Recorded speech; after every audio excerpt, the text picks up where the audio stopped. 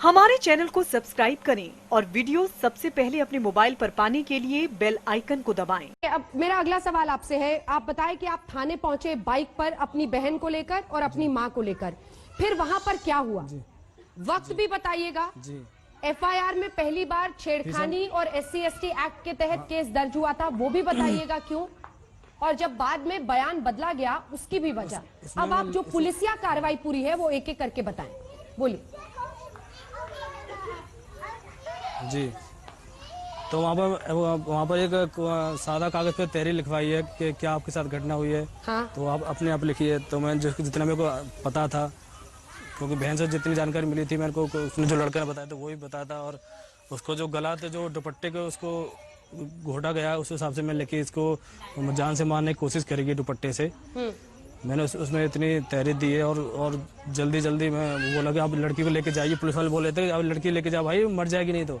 तो मैं जल्दी जैसे उसको फिर मैं बोला, मैंने ऐसा सर अपनी गाड़ी से ले चलिए बहन को, ज़्यादा तबीयत खराब है इसकी। कि वहाँ से किससे लेके आए हो? मैंने वहाँ से तो मोटरसाइकिल से लेके आया हूँ मैं। कि मोटरसाइकिल से लेके जाओ या फिर ऑटो कर लो। फिर मैंने बाहर से ऑटो करा है।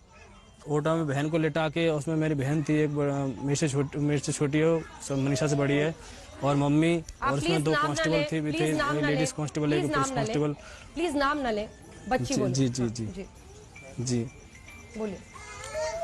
तो हम लोग अपनी बहन को लेके जिला अस्पताल बागला में पहुंचे हैं। वहाँ पर मैं पीछे बाइक से गया था, मेरे पापा भी पीछे बाइक पे बैठे हुए थे। तो हम लोग वहाँ पर इमरजेंसी में लेके गए हैं। इमरजेंसी में लेके उन्होंने उसको अंदर लिटाया, कुछ ट्रीटमेंट भी दिया उन्होंने, 2 बोतल भी चढ़ाई हैं। फिर डॉक्टर ने उनके मना कर दिया था कि डॉक्टर इसकी लड़की ज़्यादा सीरियस, ज़्यादा ख़राब है, इसको मेडिकल के रेफ़र कर रहे हैं। मैं कि ठीक है सर।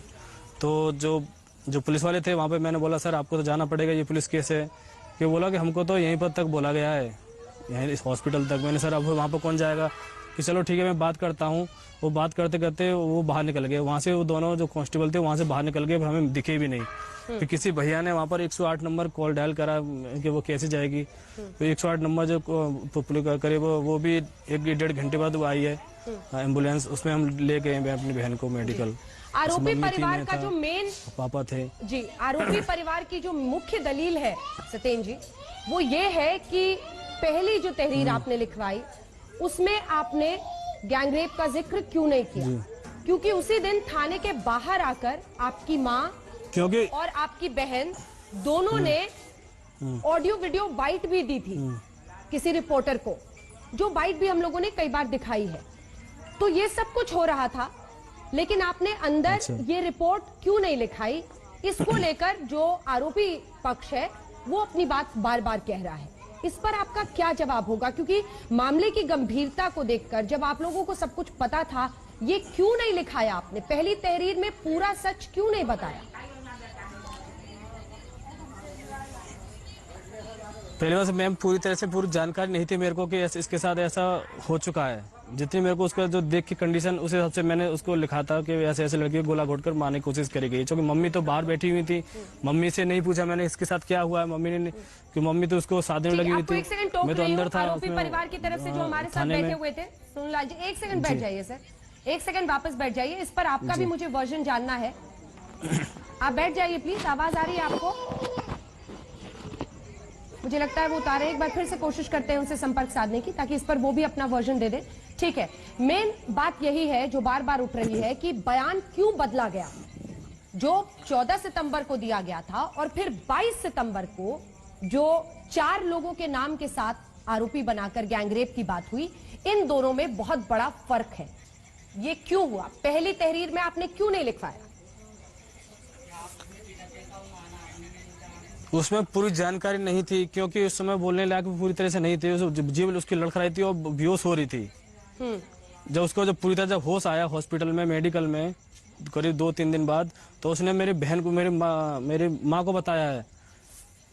उसने मेरे को नहीं बताया, मेरी माँ को बताया। मेरी माँ ने फिर मेरे को बताया है कि ऐसे ऐसे बातें बेटा, क्या कहते हैं, लड़की के साथ ऐसा ऐसा हुआ है। मैंने कौन कौन थे, इन्होंने नाम बताया कि ऐसे ये। जब मैं फिर वहाँ से भागा हूँ, यहाँ पे मैंने SP ऑफिस में ज्ञापन दिया है कि साहब ऐसे ऐसे मेरी बहन के साथ गैंगरेप हुआ है। तो पहले दिन जब आप केस दर्ज कराने गए, जब आप तहरीर दर्ज कराने गए, तो पुलिस को जी। आपने ये नहीं बताया था, यानी पुलिस की तरफ जी। से कोई दबाव नहीं था ना कि ऐसा मत लिखवाइए या वैसा लिखवाइए? जी जी, पुलिस वाले वहाँ पे थे ही नहीं, थाने में नहीं थे? अंदर थे नहीं, बोला जो आपको पता वो लिखिए।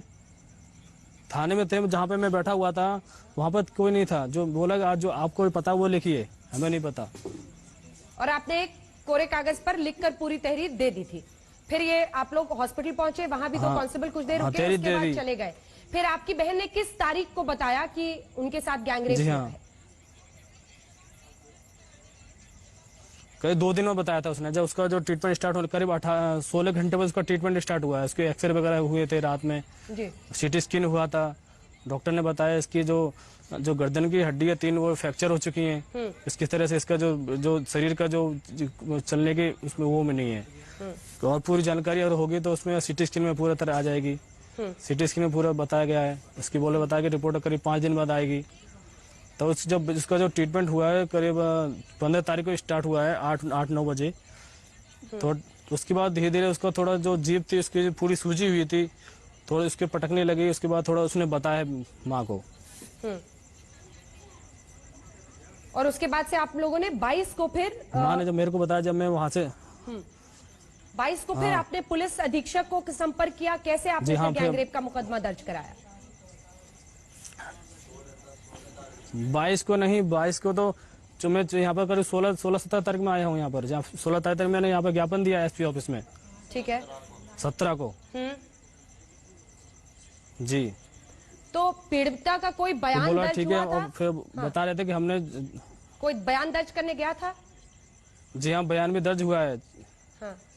हाँ गया है, वो करीब 19-20 तारीख में गए हैं, सीओ साहब के गए हैं, 2 बार भी उसका बैन हुआ है। उसके बाद चारों को हिरासत में लिया गया। जी हाँ।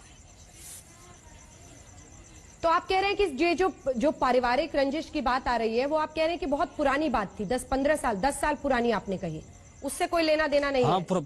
हाँ हाँ, 2001 की बात है साहब। हाँ। करीब 19-20 साल हो गए इस बात को। हाँ। दादाजी में 2006 में खत्म हो गए। हमारे चैनल को सब्सक्राइब करें और वीडियो सबसे पहले अपने मोबाइल पर पाने के लिए बेल आइकन को दबाएं।